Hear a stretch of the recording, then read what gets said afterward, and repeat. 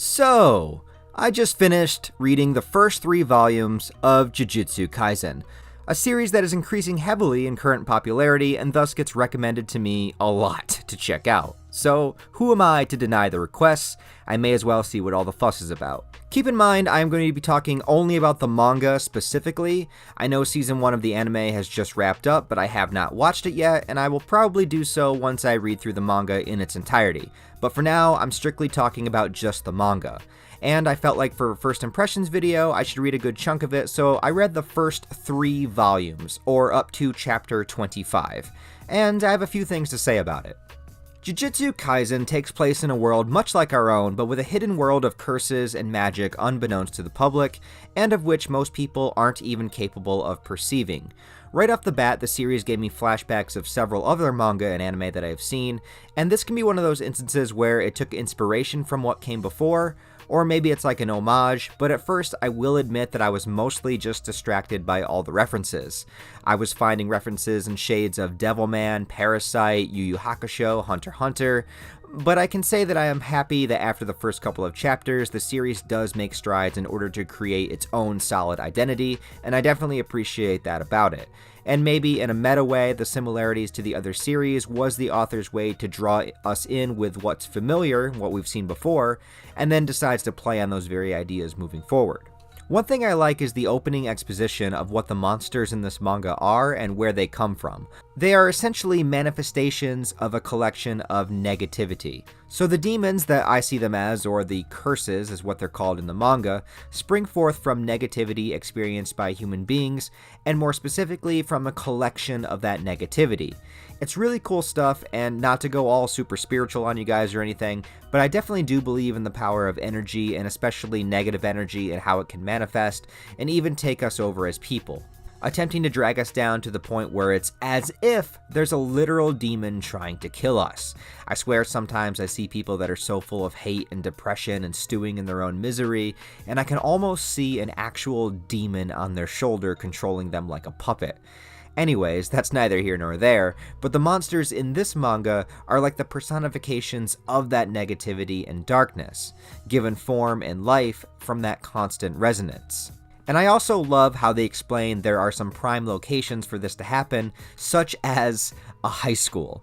I don't know about you guys, but my high school experience was 100% like a fucking gateway into hell and negativity, so that just really connected with me on a deep level. There is also this present theme throughout of impending death. See, the protagonist, who I'll get into momentarily, basically begins the manga with a death sentence. He's told by another character that he can choose to die now or later, but inevitably it's going to happen. And it's definitely a setup that I hope that they follow through with and don't half-ass it down the road. But I think also it's meant to be a parallel just to the idea of life in general, because every life has a death sentence. We don't know when we're going to die, and we don't know how we are going to feel upon the moment of death, but what matters is what we do while we are living. There's an interesting concept set up in the first chapter where Yuji, the protagonist, loses his grandfather who raised him of natural causes, and his grandfather wishes that Yuji would have more people around him at his time of death, meaning just try to make a positive impact on people. And there's an important message lying within that, and also the idea that, well, if I do die, I have no idea how I'm going to feel at that moment. Maybe I'll feel scared, maybe I'll call out to God, maybe I'll be just angry or full of regret, but that in itself is just a moment, and the moment of death shouldn't be what defines your entire life. So we have our protagonist, Yuji Itadori. I think as a protagonist, he works well in order to get us into this world and to explore what it could possibly mean that magic and curses exist. As of this moment, I wouldn't consider him anywhere near the top shonen protagonist that I've read, and I'm still waiting for him to be deeply challenged on something. In fact, what I like most about his character isn't even his character, but the curse that lies inside him. Yuji swallows a cursed object, giving life to a creature named Sucuna that inhabits his body.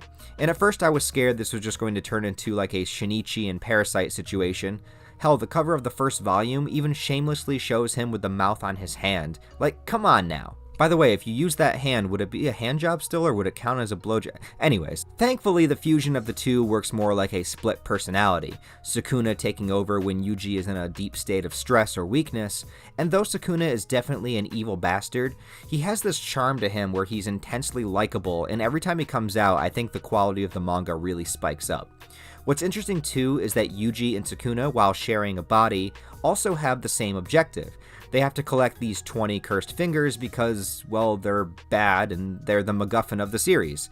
But it benefits them both to collect them, and as Yuji is steadily trying to get stronger and enhance his control over magic and curses, Sucuna is also waiting in the wings to manifest and take over his body, which adds to the fun and a level of suspense to the story throughout. A couple of other characters to mention, we have Megumi, who is a member of the Jujutsu School of Sorcerers trying to track down and dispose of these high-level threats and curses. He's the one that kind of discovers and brings in Yuji, and there's something about his character that I really like, but I can't quite explain what it is. His design is cool and I like his powers, and him being able to conjure the dog-like creatures kind of giving me a Hellsing vibe. Nobara is another student that kind of makes up our trinity of characters, and I don't have much of an opinion about her, other than, again, I think her powers are really cool with the hammer and nails. It's a very unique weapon set that you don't really see a lot. And then we have Satoru, who is like the guy, a head teacher of the Jujutsu school, and as of volume 3 of the manga, he has yet to be shown anybody that is his equal. He's had one real major fight and absolutely dominated his opponent, while even being able to instruct Yuji during the fight and not lose his focus. So yeah, my prediction is we are going to hopefully either discover some sort of dark past and history for his character, or we will meet a major threat, and he might kind of wind up like Kite from Hunter x Hunter. Time will tell. Now, I believe I have also met the first major antagonist, which is a guy named Mojito, and so far I'm digging what he has to offer. As mentioned by one of the other characters, he has a very playful and childlike demeanor, basically treating life like something he can just play with and manipulate, creating a bunch of deformed, cursed humans, and experimenting on them to see just how far he can push it. He also waxes poetically a lot about humanity and the idea of a soul, basically preaching about how he sees no inherent value in it, and kind of dipping back into the theme of impending death, that there isn't much point of what happens in between life and death, other than I suppose it being necessary to create the negative emotions that give birth and identity to the curses themselves. Now, when it comes to the power system of magic and curses, I think I understand it, but at other times it feels very random to me. I'm not saying it needs to be as detailed as Nen from Hunter x Hunter or anything, but it seems like, okay, so their powers come from curses, and curses are like taking the negative energy that has been manifested and directing it towards a purpose or manipulating it into a small creature or animating something to attack with. It seems like it only goes by a scale of power and how well you are able to use the curse, but yet is still somewhat unique to the individual, but I still feel like it can be just about anything. And I don't know, it confuses me sometimes. And don't get me wrong, I think it's cool, but it also can feel like any character can pretty much do anything, and I feel less of an impact because I don't know the limitations of what a character can do.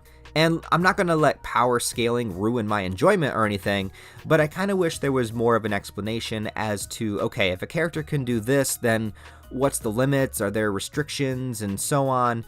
I don't know. But I do like how they have to use the same negative energy in order to combat a far worse threat. Kind of like there has to be darkness in order for there to be any hope. Finally, I would say for any negatives that the story was maybe a little too fast-paced for me when it first started. It really got into the action right away, which I understand why, but I didn't know much about Yuji other than his grandfather died before he gets infected with the Sakura curse, and then bam, big fights break out. It took me a little while to become invested, and I think it could have benefited with explaining a little bit more about Yuji as a person before getting into the action and the supernatural stuff. On a positive note though, I think the way that the paneling and action scenes play out are very, very good. My favorite is when Yuji is battling one of the highly powerful curses, he loses a hand and actually believes this is when he is going to die, going back to that theme of inevitability, and it carried a really heavy intensity to it, that scene did. Probably the moment that I began to really dig his character. As well, all of the creature designs for the curses are fantastic, very reminiscent of stuff from Devilman, Berserk, or even a little bit of Gantz. I definitely really like creatively designed monsters, and this definitely is chocked full of that. Overall, I would say I enjoyed what I read of Jujutsu Kaisen, only 3 volumes, remember, and I'm not going to be putting it alongside with my favorites at all at this point, and I think that though I enjoy the premise, the lore, and the action sequences, it still has a tall ladder to climb for me personally, but I do like it enough that I am going to continue to read it, and like I said, I'll check out the anime later on once I catch up with the manga. I really want to get into these characters' heads a lot more and continue to explore how this curse system works. But as of right now, I would definitely say that it's very solid and worth checking out. So what were your first impressions of Jujutsu Kaisen if you have read it? I'll do an updated video once I read all the way through the manga, and I will be checking out the anime after that. Anyways, if you guys like this video, please give it a like and a comment because it does actually help out in the algorithm quite a bit. I'd very much appreciate it. Also, check the links in the description. Consider getting something from my merch store.